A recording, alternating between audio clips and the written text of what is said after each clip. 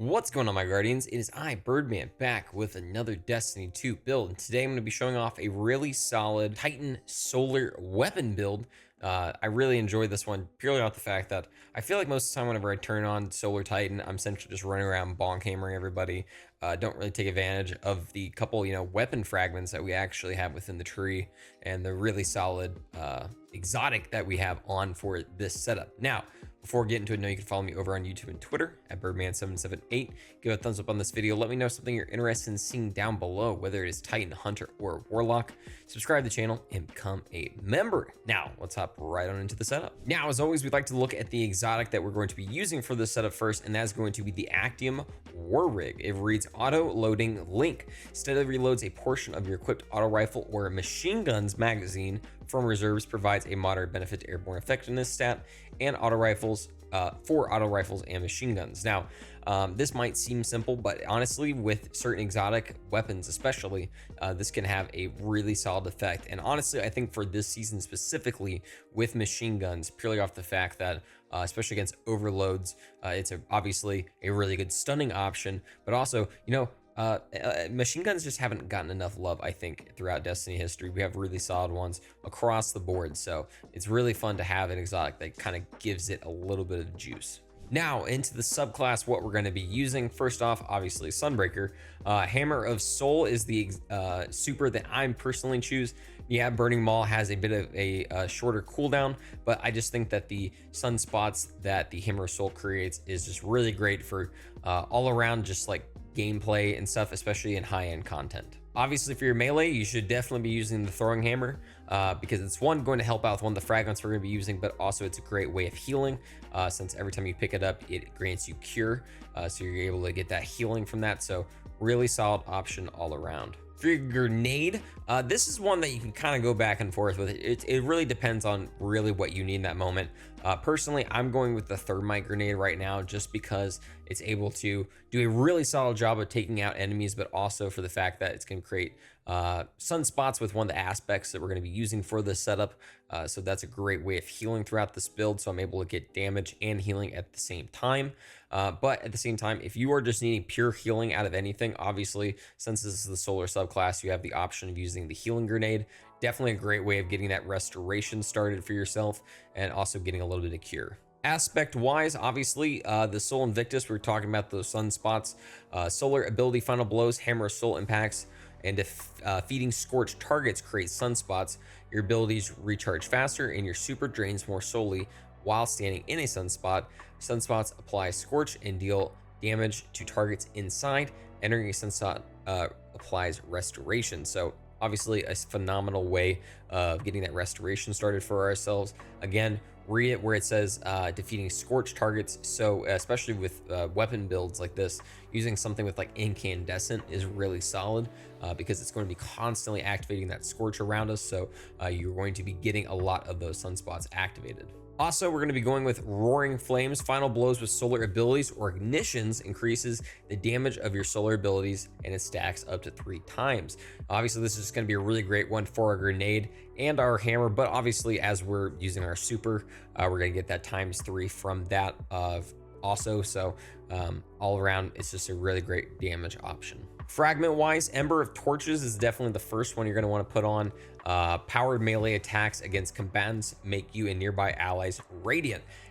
First off, radiant is going to be so important because it's going to increase the damage of our weapons while also giving us a barrier champion stunning ability with any weapon that we have. So as long as that radiant's active, barrier champions are nothing to you. Also, a little side note, read this is powered melee attacks. So you don't have to kill the target to get this activated.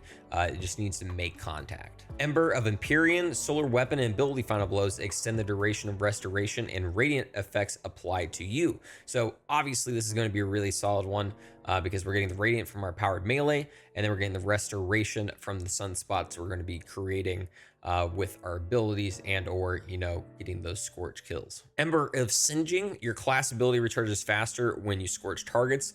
I really like this one just because with this setup, especially again in endgame content, it's really nice to be able to chuck up your banner real fast for yourself for some defense. So this is just a great one, especially because we're going to be constantly scorching with the exotic that I recommend for the setup. And now this final one's a bit of a flex spot. I put on Ember of Tempering for the setup. Solar Weapon Final Blows grant you and your allies increased recovery for a short duration, stacks up to 3 times. And then while Ember of Tempering is active, your weapons have increased airborne effectiveness, and your Solar Weapon Final Blows create a fire spray. I definitely like that because it's going to give us that free grenade energy, and you know, just getting Solar Weapon Final Blows, creating a fire spray is really, really solid. Now, I was talking about a weapon that I think is pretty solid for the setup, and that's going to be the Tommy's Matchbook. First off, its intrinsic trait, sustained fire with this weapon overheats it, increasing damage but burning the user. But it does also have the second trait, Heat Sink. Overheat damage is reduced while not aiming down sights. While overheated, sustained fire scorches your target. So that scorching is really nice, purely off the fact that, again, that's going to help not only get ignitions and stuff like that, but it's also going to feed into some of our fragments as well. I definitely recommend getting the catalyst for this. It reads, while ignition trigger is active, your health recovers much faster. So again, this is just going to be great for essentially that overheat damage not hurting you as much. I will say the overheat will instantly cool itself down. So if you are wanting to constantly keep up that scorching damage, make sure that you're shooting a lot of bullets. Again, this is why the Actium War Rig is a really solid exotic for this setup, because first off, Tommy's Matchbook has a really solid large mag, so you're able to essentially hold on to one singular magazine of it for a very long time. When it comes to the mods you're going to be wanting to use for this setup, first off, on the helmet, I recommend using just that harmonic siphon, just because it's just going to let you get those orbs on your Tommy Matchbook double kills. Hands-on, because we are going to be chucking our melee around a little bit, so getting that free super energy from that is really solid. And then I actually put on a heavy ammo finder, purely off the fact that I like to be able to use my machine gun with this setup, so getting more bricks from that is really nice. On our gloves, I recommend impact induction so that we get that cooldown from using our melee with our grenade. Focusing strike, getting the rallying barricade cooldown when using our melee. And then finally, I use the firepower, mainly because I don't really use the hammer all that much with this setup, unless I'm just trying to get radiant. You know, kind of just leaning into mainly the gunplay. So I like to use this because I am going to be chucking around those grenades to get sunspots for my healing. On the chest piece, I recommend a charged up so that you can get an extra armor charge for this setup, concussive dampener for some damage reduction. And then I put on a harmonic reserves just purely off the fact I couldn't put on a second concussive dampener. I just didn't really like this Actium War rig I had. But I would probably put on another one of these, but for the moment I put on a harmonic reserves and increase the amount of ammo I can carry for my solar weapons. Went with double solar weapon surge for that 17% extra damage on my solar weapons, but it will decay, you know, my armor charges over time, so that's why we like getting 4 of those. And then I put on innervation so that I got cooldown to my grenade whenever I picked up an orb of power. And then finally on my Titan Mark, I went with a Reaper so that I got that orb of power whenever I activate my rally barricade. Time dilation so that my armor charges take longer to decay over time, and then a powerful attraction to pull in all those orbs whenever I activate my barricade. When it comes to the artifact, I definitely recommend getting those solar orbs because it's really great because it feeds into some good stuff over here in the 4th column and refreshing pickups so that it helps our least powered ability get some extra energy. Definitely recommend Elemental Fury for the extra damage with our abilities against stunned champions, and then obviously an overload machine gun so that you're able to take out those overloads with your machine gun. And the 5th slot, Monochromatic Maestro for the extra damage for our solar weapons. And then I like to use an elemental munition, so again, more chances to get heavy bricks for my machine gun. I did mention this is endgame viable. These are the ways that it's able to take on different champions. First off, with the barrier, we have radiant effects, but also, again, we're using Tommy Matchbook, which is an auto rifle, so for this season it works out.